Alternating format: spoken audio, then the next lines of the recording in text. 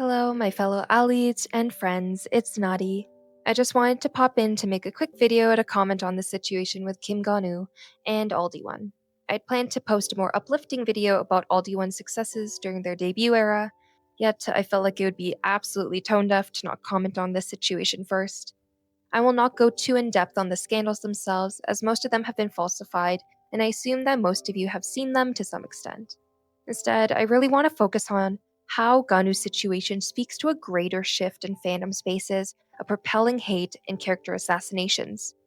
We've seen idols be cancelled time and time again, and I feel like each time we do, it just reveals the underlying dichotomy or contradiction behind many fans' behavior and treatment of idols.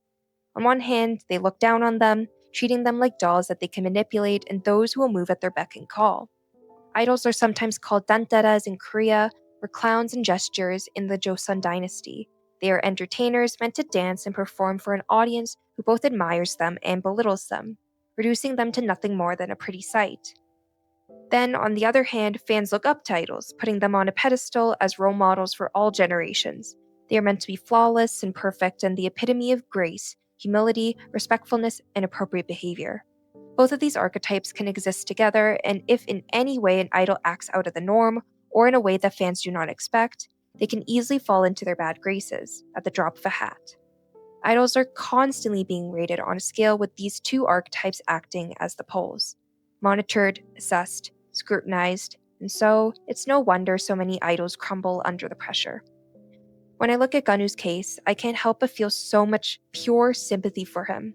It is one thing to make a mistake, but it is also a whole other thing to be accused of something that never happened, yet people are so willing to believe everything they hear.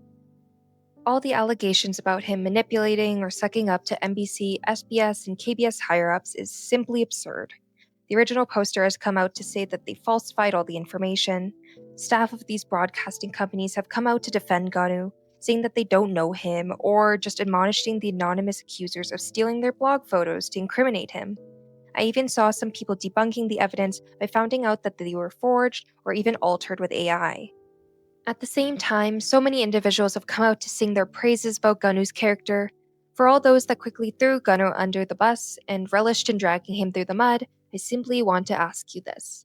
How can you believe that this person, whom numerous idols, teachers, students, Boys to Planet contestants have vouched for and said only good things about, is the same person who could have done all these heinous actions described in these allegations?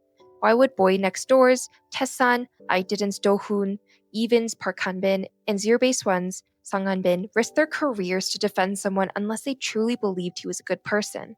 Sang Han-bin, notorious in the industry for being a genuine soul, even treated Geonwoo out to dinner after he was announced as key center to celebrate. Then there's Lee Do-gun, who you may know from Boys Planet, who has publicly defended Geonwoo, highlighting their long-standing bond. Again, if we want to continue this further, many people are fans of Lee Sang-won. Well, Sang-won and Geonwoo have known each other since they were 21 years old, and got connected through their mutual friends. They went on a Hokkaido trip together, have visited each other's houses, even Geonwoo's family home in Jeonju, and were close even up to Boys to Planet. Do people really believe that Sang-won would be longtime friends with someone he believed was evil? Some may say, well, we don't know these people, and I will say, yes, we don't. So why are we so sure of ourselves when we make quick judgments about them? This is what I've been wrestling with as a dual Sang-won and Geonwoo bias. This is far from being my first rodeo with smear or hate campaigns. I'm a fan of Rise and had bared witness to the situation with Seunghan's return and then subsequent removal from the group. How death threats can become so normalized to be hurled at someone that you all claim we don't know. I can't help but think that so many fans want to play the moral high ground and say that they only want to support groups or idols with good morals. Yet, these are the same people that go about propelling hate at every opportunity for groups they are not even involved with.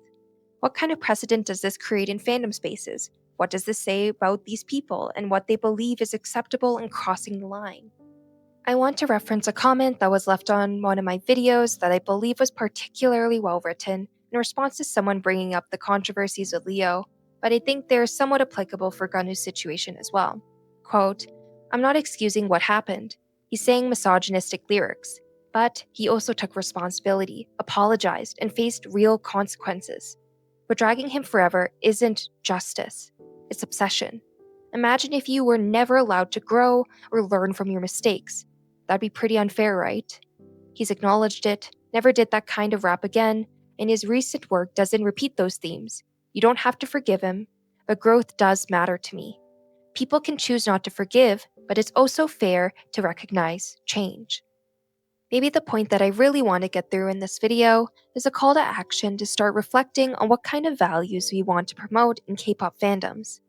I personally want to promote ideas such as second chances, change, growth, and responsibility taking.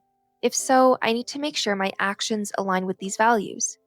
Earlier this year, I read a wonderful book by Loretta J. Ross titled Calling In: How to Start Making Change with Those You'd Rather Cancel, and I want to read a couple of quotes to end this video with. Calling in builds bridges instead of burning them down, so that we might walk together along the path toward collective liberation. Calling in can help us model the world we want to achieve at the end of our efforts, a world with more joy and forgiveness and less shame and cruelty, a world where people don't need to feel afraid and can feel empowered to pursue the common good, even if we make mistakes along the way. We can avoid the shame of not being good enough or not knowing enough. In choosing to call in, our response is contoured by love instead of anger. Conversations enables an empathetic connection to build, and with it, the potential for solidarity and growth, not division.